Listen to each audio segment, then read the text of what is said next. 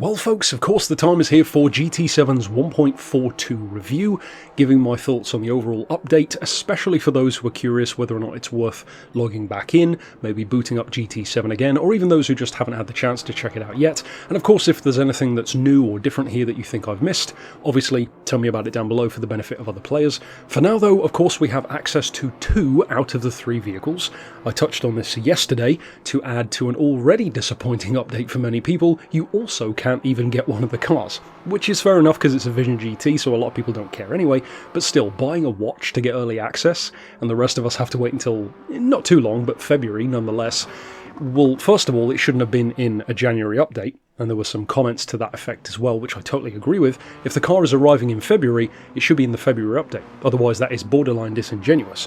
And of course I will be featuring some footage of it. In fact, some of you may have seen earlier on today, I actually put some gameplay of the Bulgari. I'll feature some of that footage here in the video as well.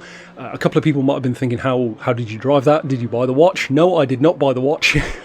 That's just an AI-driven vehicle from one of the new events. So let's talk about the new stuff, and the stuff which we can try out. Now, of course, I will be doing individual reviews for the Genesis, the Bulgari eventually in February as well, and of course, what is for many people the highlight here, or at least the one which they are slightly hopeful for, the Suzuki Jimny. So let's start with the Jimny first.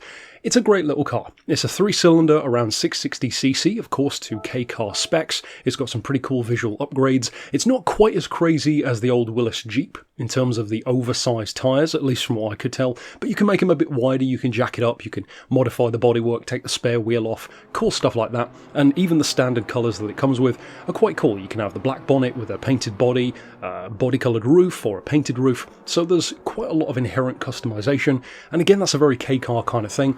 And I've always loved those kinds of vehicle. Even my own Daihatsu Sirion in real life, it has very much K-car vibes as well. When it comes to actually driving it, and of course to tuning it, you can get this thing up around the 150 horsepower region quite easily, which again for a 660cc engine is quite good.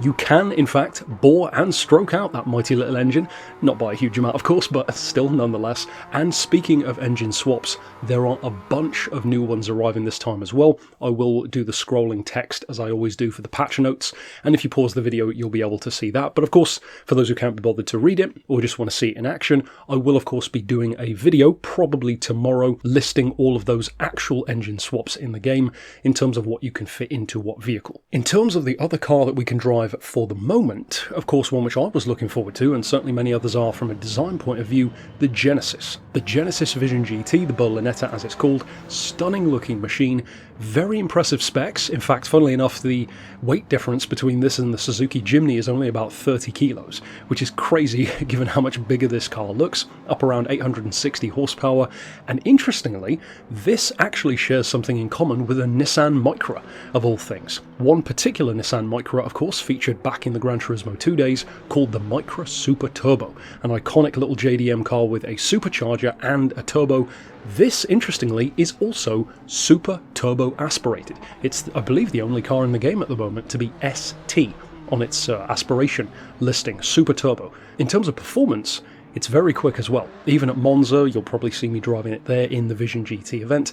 Getting this thing up to around 220 miles an hour is a walk in the park. Of course, one of the main issues with Vision GTs is that you can't really tune them that much. You can't change too many of the settings or even upgrade them beyond maybe a power limiter or the tyres. And I think my overall thoughts on this one, which of course I'll get more into in its review, are mostly positive. The only thing which initially annoyed me a bit about the car was that the brakes seem a little bit inconsistent, but I think it's not so much that they're inconsistent, it's just that it builds performance so quickly that it's very easy to kind of misjudge the braking distance and either brake way too early where you enter the corner too slowly, or brake way too late and the car just careens on straight off of the course. You'll kind of see me, especially earlier on driving here, maybe diving into corners a little bit more than I was intending to, so you do need to get a little bit of adjustment there. I have swapped it, as you can see, to racing hard tyres instead of the soft sports tyres which it comes with, and even on those racing tyres you can kick the tail out on this thing very easily, sometimes annoyingly so, in really low speed like square corners, and of course here at Monza there are plenty of those.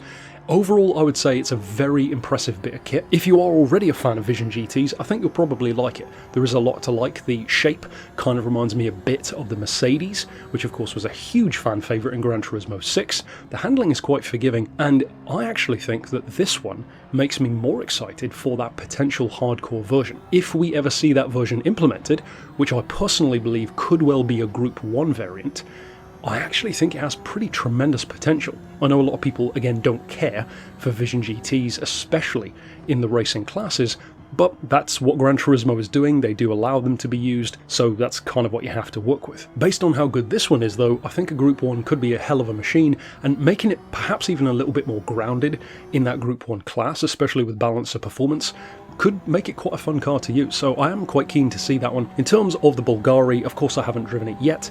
It was only the AI driving that you could see, so it's hard to say. The sound is fine. I was hoping it might be a bit more of a screamer. It seems fairly quick, I guess, but all of the other AI cars were flying past it on the straight, so as we suspected from a roughly 400 horsepower Vision GT, it seems to be more of a cornering machine, more of a driving fun kind of experience rather than setting down the best lap times, which of course goes with the territory. You can tell that from the way it looks. Clearly isn't designed to be the quickest thing around. I'm actually fairly looking forward to it. I wouldn't say I'm that bothered either way, but it's got a nice cockpit view.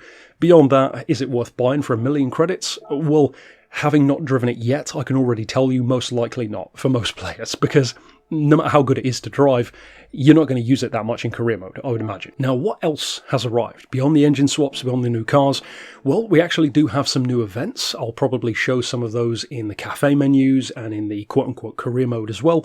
There's some new Suzuki Jimny-based stuff, mostly rally, and of course a new book associated there as well. There's a couple of collections as well for Nissan and Dodge, and there are only a couple of other events, such as the Vision GT one as well. There are some new Scapes locations where you can adjust the camera, some actual new locations, which I actually did the thumbnail for the video on one of those, like nighttime car park kind of stuff, which is pretty cool. It's good. It's got a good ambience to it. For the most part, though, that's kind of it for this update. So the fact that there is no circuit, which myself and I know certainly plenty of you are hoping for, the fact that there isn't one, I think is a big hit to this one. I really do think that as weird as the trio of cars is, having a circuit, maybe not a variation of an existing circuit, but something different, like a Red Rock Valley or Villeneuve, I really think it could have honestly completely saved this. Some people might have still been annoyed by the Vision GTs, but having a new track gets so much goodwill if it's a good choice of a track, or even just something new in general.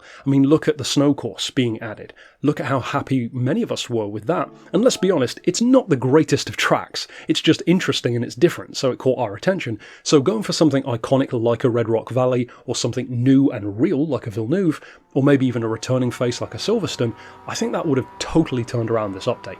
As it is, it's probably one of the single most disappointing updates so far. The Genesis is decent enough, but certainly not an essential purchase. The Suzuki Jimny is fun and it's cheap, but again, you could use it or you could not. There are plenty of other cars which pretty much serve the same purpose. And in terms of the Bulgari, well, the fact that I can't even review it yet speaks volumes to how they're handling these updates. Ultimately, Polyphony, they didn't really have a good grip on the ball in the first place, but it's almost like they're not so much dropping the ball, they're kind of just dribbling it all over the place at this point. So I'd love to hear your thoughts down below. Are you happy with the update? Disappointed with it? Maybe somewhere in between? And if you do think, as I said, that I've missed something that's notable, maybe you noticed some kind of point level glitch or maybe some new cash cow event, then of course let me know down below. But I'll see you tomorrow with the first of the reviews, probably with the new engine swaps additions as well, and of course I will see you for that. But for now, thanks for watching.